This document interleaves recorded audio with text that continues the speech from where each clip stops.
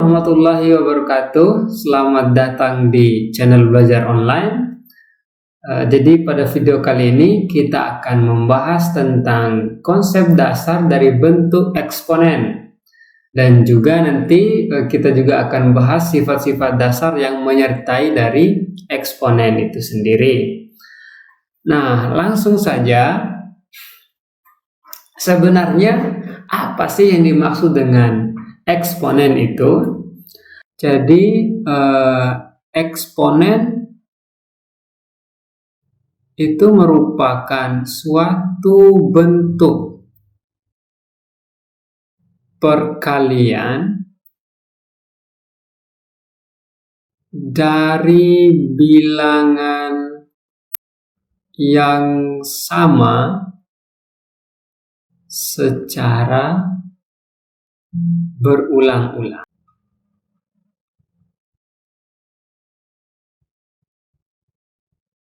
Nah, artinya ketika kita punya suatu bilangan yang sama, kemudian itu memiliki bentuk perkalian yang berulang-ulang, maka itu disebut sebagai eksponen. Atau eksponen ini juga biasa disebut sebagai bilangan berpangkat. Bilangan berpangkat. Oke, misalnya suatu bilangan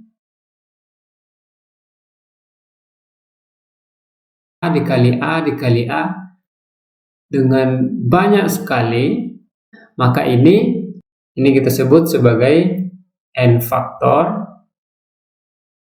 Nah, maka bentuk eksponennya A dipangkatkan dengan n kali. Nah, inilah yang disebut sebagai bilangan berpangkat. Jadi di dalam eksponen, di mana A merupakan bilangan pokoknya, kemudian untuk n-nya, n ini merupakan bilangan pangkat, di mana n juga harus merupakan bilangan real. Contoh, bilangan pokoknya 2 kali 2 kali 2. Nah, maka kalau kita punya 2 dikali 2 dikali 2, artinya kan ini ada bentuk pengulangan perkalian 2 sebanyak 3 kali. Ini 1, 2, dan 3. Maka ini bisa kita tuliskan menjadi 2 pangkat 2 pangkat 3. Nah, gampang kan? Jadi bentuk pengulangan itulah yang kita masukkan di dalam pangkatnya ini. Atau misalnya 4 dikali 4 dikali 4 dikali 4.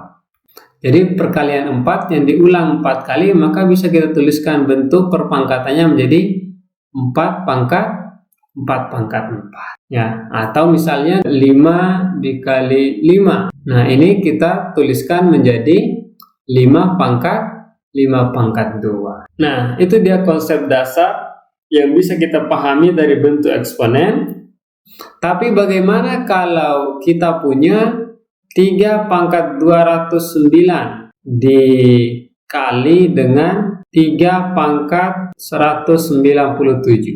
Nah, ini kan tidak bisa kita hitung secara manual. Kalau kita hitung secara manual, maka akan sangat lama sekali. 4 pangkat 4 saja udah berapa lamanya, apalagi ini adalah 3 pangkat 209. Maka dari itu perlu kita ulas lebih dalam di sifat-sifat eksponen. Nah, kemudian untuk sifat eksponen, garis besarnya itu bisa kita pahami dengan 2 bentuk ya. Mungkin yang pertama adalah dia memiliki bilangan pokoknya yang sama, artinya A-nya ini sama. Kemudian yang kedua itu memiliki bilangan pokok yang berbeda, atau bilangan perpangkatnya itu yang sama. Jadi misalnya yang pertama ini bilangan pokoknya sama, kemudian yang kedua nanti bilangan pokoknya yang berbeda. Nah, untuk sifat yang pertama, sifat umum dari eksponen itu misal kita punya A pangkat P dikali dengan A pangkat Q, maka ini sama dengan A dipangkatkan P plus Q.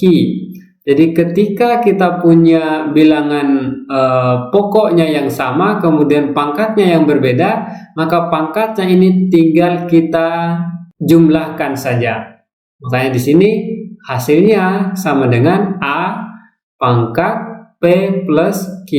Misalnya di sini 3 pangkat 2 dikali dengan 3 pangkat 4, maka kita tuliskan di sini menjadi 3 pangkat 2 plus 4 sama dengan 3 pangkat 6. Jadi ketika perkalian dan bilangan pokoknya sama, maka pangkatnya ini kita jumlahkan saja. Gampang ya? Nah, kemudian yang kedua ada pembagian. Ketika bentuknya pembagian, maka pangkatnya ini kita kurangi. Jadi yang di atas dikurangi yang di bawah, atau A sama dengan P dikurangi Q. Nah, contoh misalnya di sini 4 pangkat 5 dibagi dengan 4 pangkat 3. Maka sama dengan 4 pangkat 5 dikurangi 3 sama dengan 4 pangkat 2. Ya, jadi kalau kita menjumpai bilangan pokok yang sama dan itu bentuknya adalah pembagian, maka pangkatnya itu tinggal dikurangi saja. Oke, kemudian sifat eksponen yang ketiga adalah A pangkat 0 sama dengan 1 dan A-nya bukan sama dengan 0. Nah, jadi A pangkat 0 itu sama dengan 1. Jadi berapapun bilangan pokoknya, baik 1, 2, 3, 4, 5, dan seterusnya, maka ketika dia dipangkatkan dengan 0, maka hasilnya sama dengan 1. Misal di sini kita punya 2 pangkat 0, maka di sini sama dengan 1. Atau 15 pangkat 0, maka hasilnya tetap sama dengan 1. Atau 176 misalnya, pangkatkan 0 sama dengan 1. Jadi semua bilangan pokok yang dipangkatkan 0 itu pasti hasilnya sama dengan 1. Misalnya juga 1000 pangkat 0 sama dengan 1. Atau misalnya 1 juta sekalipun, ketika dipangkatkan 0 sama dengan 1. Sampai di sini bisa dipahami ya. Kemudian kita lanjut ke 4. Misalnya di sini ada 1 dibagi A pangkat P. Jadi 1 dibagi A pangkat P, maka kita bisa sederhanakan menjadi A pangkatkan minus P. Nah, misalnya 1 per 5 pangkat 6 misalnya. Maka di sini bisa kita tuliskan menjadi 5 pangkat minus 6. Atau misalnya 1 dibagi dengan 10 pangkat 8, maka di sini bisa kita tuliskan menjadi 10 pangkat minus 8. Nah, tapi sebenarnya tidak hanya bentuknya yang positif di bawah kemudian naik menjadi negatif ya, bisa juga berlaku sebaliknya. Misalnya 1 dibagi dengan 15 pangkat minus 3, maka ini akan berubah menjadi 15 pangkat 3. Jadi minus 3-nya dia akan berubah menjadi positif. Nah, kemudian kalau yang dasarnya adalah positif, maka dia akan berubah menjadi negatif. Kemudian yang kelima, bentuknya adalah perpangkatan dalam kurung seperti ini. Misalnya ya, A pangkat P kemudian dipangkatkan lagi di luar kurungnya dengan Q, maka di sini pangkatnya tinggal dikalikan saja. Nah, jadi A pangkat P dipangkatkan dengan Q lagi di luar kurungnya, maka di sini menjadi A pangkat P dikali Q. Nah, misal kita di sini punya 5 pangkat 2 misalnya, kemudian kurung pangkatnya 3. Nah, maka di sini bisa kita langsung tuliskan 5 pangkat 2 dikali 3 sama dengan 5 pangkat 6. Jadi pangkatnya itu tinggal dikalikan saja. Oke, sampai di sini bisa dipahami ya, gampang kan? Nah, kemudian sifat yang selanjutnya adalah A pangkat P dikali B pangkat P. Nah, sekarang ini bilangan pokoknya yang berbeda dan bilangan pangkatnya yang sama. Dan ketika kita menjumpai jenis yang seperti ini, maka tinggal kita gabungkan saja perkalian bilangan pokoknya. Berarti di sini A pangkat P dikali B pangkat P sama dengan A dikali B dipangkatkan dengan P. Contoh misalnya di sini ada 3 pangkat 2 kemudian dikali dengan 5 pangkat 2, maka bisa kita tuliskan menjadi 3 kali 5 dipangkatkan 2. Di sini jadinya berapa? Berarti 15 pangkat 2. Kemudian yang ketujuh, ya seperti ini pun bisa langsung dituliskan. Ketika A pangkat P dibagi B pangkat P, maka sama dengan tinggal pisahkan A dibagi B di dalam kurung seperti ini, kemudian dipangkatkan dengan P. Ya, nah, misalnya di sini 8 pangkat 5 dibagi dengan 2 pangkat 5, maka tinggal kita tuliskan menjadi 8 per 2 dipangkatkan dengan 5. Sama dengan berapa? Sama dengan 4 pangkat 5. Nah, kemudian yang selanjutnya adalah A pangkat 1/P atau A pangkat 1 per P. Nah, jadi A pangkat 1/P sama dengan akar pangkat P dari A. Nah, jadi kita tinggal tuliskan saja bilangan pokoknya menjadi di dalam akar, kemudian 1/P menjadi pangkat akarnya atau derajat dari akar tersebut. Contohnya ya, kita punya 6 pangkat 1/3, maka di sini menjadi akar 6, derajat akarnya menjadi 3. Atau misalnya 8 pangkat 1/5, maka di sini sama dengan akar pangkat 5, jadi penyebutnya itu dijadikan sebagai derajat akarnya dan 8-nya tinggal dimasukin dalam akarnya. Oke. Nah, jadi seperti itu ya. Nah, kemudian yang selanjutnya ini sebenarnya mirip saja, cuma tinggal diganti satunya menjadi P.